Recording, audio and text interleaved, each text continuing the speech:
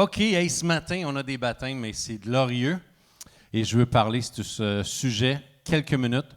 Mais aussi, même si c'est les baptêmes, je veux vous rappeler, vous qui êtes déjà baptisés, ça va vous rappeler et se recentrer sur les choses les plus importantes qu'il y a dans cette vie, qui est d'honorer Jésus-Christ, qui est de marcher dans ses voies et de faire des disciples. Amen?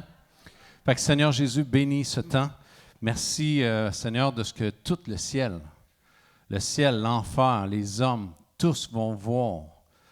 Et ils vont vraiment, soit qu'il y en a qui vont se réjouir, mais il y en a aussi qui ça va leur rappeler leur défaite, le diable, au travers les eaux du baptême. C'est Annie et Jean-François qui vont confesser le nom de Jésus, de marcher dans ses voies, de l'honorer. Et vraiment, Père, je veux dire merci. Merci pour cette joie qui déborde, les anges qui se réjouissent et nos vies aussi, dans le nom de Jésus. Amen. OK, on se rappelle, la semaine passée, on avait vu juste parler vite sur la langue. Pourquoi? Parce que c'est important. Jean-François, Annie, vous avez une nouvelle vie qui départ, qui commence. Et cette nouvelle vie, elle est là et équipée des nouvelles armes que Dieu nous donne. Et c'est important. Pourquoi? Parce que notre passé est fini. Maintenant, notre vie, ça dit 2 Corinthiens 5,17, tu as dit ça t'a rendu joyeux tantôt, Jean-François. Mais ça dit, toutes choses sont devenues nouvelles. Les choses anciennes sont passées, toutes choses sont devenues nouvelles. Ça, c'est une réalité qui s'est faite immédiatement quand j'ai reçu Jésus-Christ comme Seigneur et Sauveur. Mais de marcher dans cette réalité-là, c'est là que Dieu m'appelle à ça à tous les jours de ma vie. Et Dieu veut m'équiper. C'est pour ça que la Bible dit, ne faites pas, ça dit, quand Jésus a dit dans Matthieu 28, allez, faites de toutes les nations des baptisés. Non, des disciples. Faites de toutes les nations des disciples en les baptisant au nom du Père, du Fils et du Saint-Esprit et enseignez-leur à garder tout ce que je vous ai prescrit. Et c'est ça le mandat qu'on a en tant que disciples, d'enseigner la parole de Dieu, d'être équipés pour qu'on puisse le faire aussi dans la vie des autres. Parce que la vraie vie abondante avec Dieu, le secret réel l'a dit aussi tantôt, la vraie vie, c'est de déverser nos vies dans les autres. Ce que Dieu déverse dans nos vies, on le déverse. Si le secret de la vie chrétienne, il est là. Le jour où j'arrête de déverser, ma vie est plate. Et c'est pour ça que tu entends des chrétiens qui disent « Ma vie chrétienne, elle est plate. Il n'y a pas rien qui se passe. C'est... » Mais une vie abondante, c'est quoi? C'est une vie abondante, c'est de déverser dans la vie des autres. Fait qu'on va être appelés à déverser. Amen?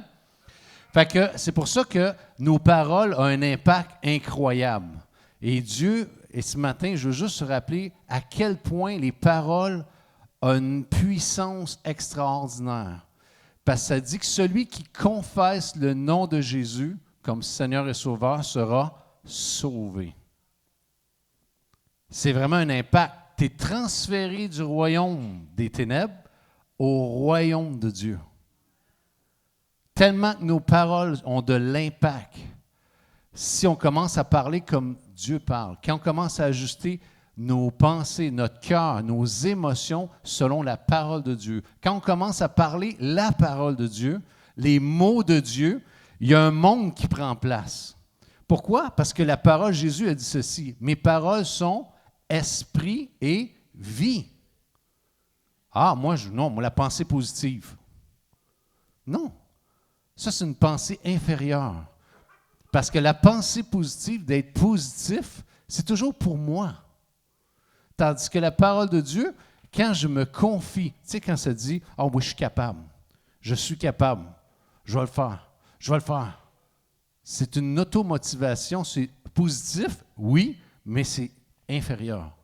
La pensée supérieure, c'est « Je puis tout par celui qui me fortifie. » Pourquoi? Parce que ce n'est pas des ressources que je suis en train de trouver en moi, en je suis en train de m'encourager. Je suis en train de trouver ma motivation, tu sais quoi? En celui qui me fortifie. C'est toute la différence. Et c'est pour ça que la pensée positive, c'est une pensée à un niveau plus bas. Un niveau supérieur, c'est la pensée de Dieu. Et c'est pour ça qu'on est appelé à parler le langage de la parole de Dieu. Et c'est pour ça que former des disciples, c'est tout simplement à apprendre à penser avec Dieu et à parler comme Dieu parle, à penser comme Dieu pense, à avoir, Jésus dit, ayez en vous les sentiments qui étaient en moi. Ayez en vous les sentiments qui étaient en Jésus. C'est une nouvelle, c'est une vie complètement, je vous dis, c'est une vie d'aventure avec Dieu. Ça a transformé nos vies. L'amour de Christ a transformé les vies d'énormément de gens. Et Dieu veut continuer par vos vies à transformer d'autres personnes, à toucher d'autres personnes. Vous êtes des porteurs de la bonne nouvelle. Amen. Fait que lorsqu'on déclare les paroles de Dieu, des choses miraculeuses se produisent. Et une des choses qui s'est produite, c'est quand vous avez décidé de dire que Jésus est votre Seigneur et votre Sauveur. Une chose miraculeuse a pris place dans vos vies. La vie éternelle. Wow! Ça dit que celui qui croit en moi ne mourra jamais. Vous ne mourrez jamais. La vie, Jésus le dit. Et Jésus vous a légué la vie éternelle. C'est la vie éternelle qui est vraiment une qualité de vie avec lui. À chaque jour de votre vie, Jésus dit, je ne t'abandonnerai jamais, je ne te délaisserai jamais. Je suis toujours avec toi. Et c'est pour ça que Dieu donne ces promesses-là. Pourquoi? Parce qu'on a un ministère ici.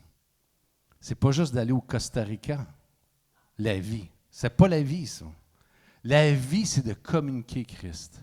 Moi, honnêtement, aller au Costa, je suis content de voir. La famille, c'est la famille. Mais si je ne communique pas la vie à mes petits-enfants, à mes enfants, je travaille en vain. Ma joie, c'est de communiquer le cœur de Dieu à mes petits-enfants et à mes enfants. Il n'y a pas autre chose. Pourquoi? Parce que c'est le vrai héritage que je vais leur laisser pour l'éternité. Le reste, c'est de la paille. C'est du vent. Le vrai héritage, c'est la parole de Dieu laissée dans les cœurs. Amen? Fait que c'est pour ça que à chaque fois, là, ce que vous avez fait, vous n'avez pas idée à quel point vous avez déplacé le monde invisible et même visible, juste en disant, je te reçois Jésus comme Seigneur et Sauveur. C'est incroyable, vous avez fait bouger le ciel au complet. Et vous savez que à chaque fois que je décide de prononcer, de parler la parole de Dieu, le ciel bouge. À chaque fois que vous décidez de penser pour la pensée positive, les anges sont là. On attend. Mais quand je parle la parole de Dieu, les anges sont là. Oui, on va accomplir parce que Dieu s'est rendu garant de sa parole. Et je vous dis, une vision, et moi, mon cœur, vraiment, c'est que notre vision grandisse encore plus. Vous êtes des nouveaux-nés dans le Seigneur. Annie, je ne me rappelle pas, ça fait longtemps quand même. Hein? Presque 3 ans. Mais de grandir avec Dieu, je vous dis, c'est, comme m'a dit Réal, c'est le trip le plus génial. Tu sais, même souvent, je disais aux gens, parce que moi, je viens d'un monde où on a vécu dans la drogue, puis tout ça, puis les chums que j'avais, puis tout ça. Puis quand je suis venu au Seigneur, je disais, hey, les boys, un trip d'acide, c'est rien. Je dis, les trips que vous pensez faire, c'est rien. Quand tu connais l'amour de Dieu et qui est déversé dans ton cœur, je vous dis, ta vie change totalement. Et la joie prend place. L'amour prend place. Le pardon prend place. Wow! La restauration prend place. Et vraiment, c'est wow! Tout simplement wow! Fait que, on va commencer par un verset. Et ça va être dans Romains 10. Ça dit, « Alors voici comment les livres saints parlent de la justice. » Et regardez comment la puissance des paroles, c'est important. La parole est tout près de toi, dans ta bouche et dans ton cœur. Cette parole, c'est le message de la foi que nous annonçons, qui est la foi en Jésus-Christ. Ça dit ici, est-ce que ta bouche affirme devant tous que Jésus est le Seigneur? Est-ce que tu crois dans ton cœur que Dieu l'a ressuscité ou réveillé de la mort? Dans ce cas, tu seras, pas peut-être, assuré. Tu es sauvé. L'autre, un petit peu plus loin. En effet, quand nous croyons que de tout notre cœur, Dieu nous rend justes, et quand nous affirmons notre foi devant tous, comme vous allez faire aujourd'hui, il nous sauve. Oui, les livres saints disent, ceux qui croient en lui ne le regretteront pas. La puissance des paroles, de confesser, et c'est ce que vous allez faire aujourd'hui, et rappelez-vous, ceux qui ont été baptisés il y a 20 ans, 30 ans, 100 ans, rappelez-vous la puissance. Dieu est en train de vous rappeler, le Saint-Esprit ce matin vous rappelle à votre esprit, dire, hey, à chaque fois que tu proclames Jésus, sa parole, ses commandements, c'est ce que Jésus a laissé, toutes les promesses de Dieu dans la parole de Dieu, sais-tu quoi? Il y a quelque chose qui prend place. Il y a un monde qui prend place. Dans tes problèmes, dans tes difficultés, dans peu importe ton angoisse, ton anxiété, Dieu dit, je prends place quand tu proclames la parole de Dieu. Tu proclames Jésus. Jésus est la parole de Dieu. Deuxième point, ici, ça dit, Romains 10, on a parti, l'autre partie après, s'il vous plaît. C'est dans Corinthiens 5, 17, ça dit, 2 Corinthiens, alors, si quelqu'un est uni au Christ, il est créé à nouveau, ce qui est ancien est fini. C'est fini.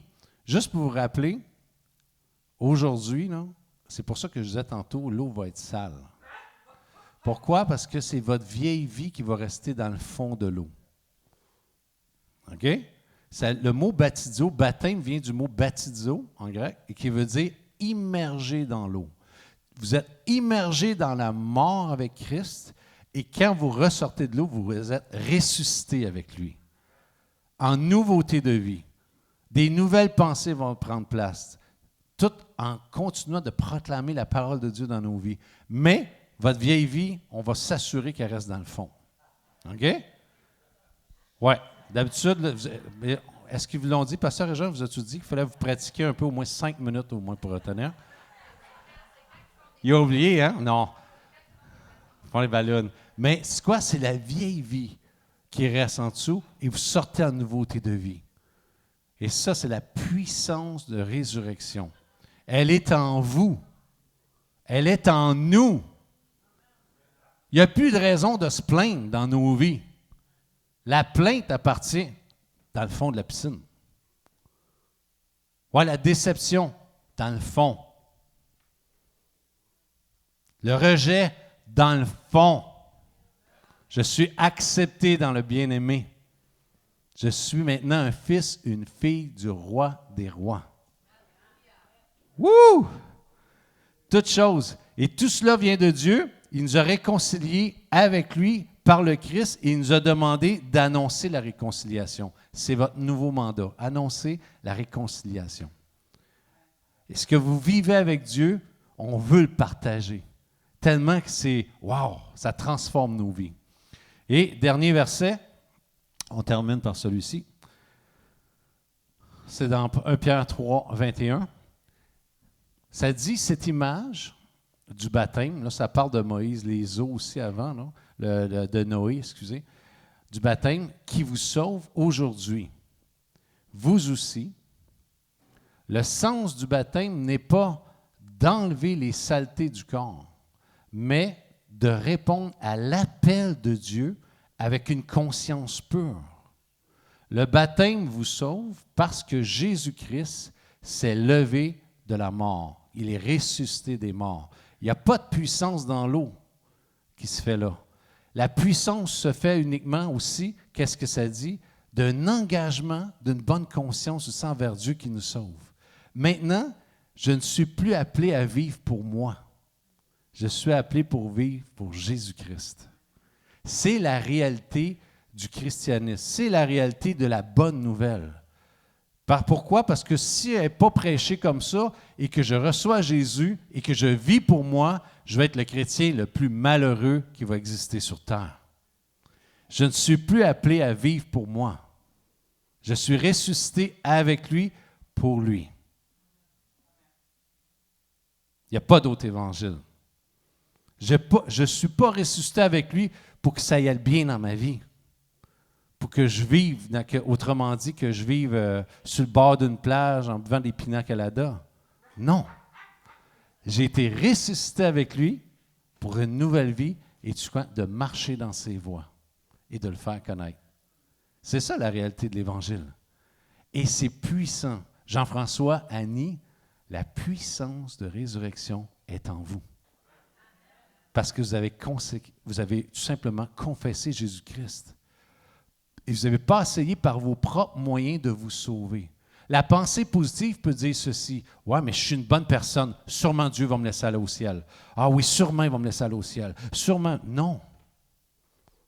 Tu ne peux pas aller au ciel autre que par Jésus. Personne ne peut aller au ciel que par moi, Jésus a dit. Si tu ne passes pas par lui, c'est impossible. Et on ne naît pas enfant de Dieu. Justement, cette semaine, quelqu'un qui m'a dit, il dit, « Ouais, mais on est tous des enfants de Dieu. » J'ai dit, « Faux. » Ça semble une bonne parole. On n'est pas tous des enfants de Dieu. On est enfant de Dieu le jour qu'on reçoit Jésus comme Seigneur et Sauveur. Et c'est ce que vous avez fait. Et vraiment, je bénis ce temps.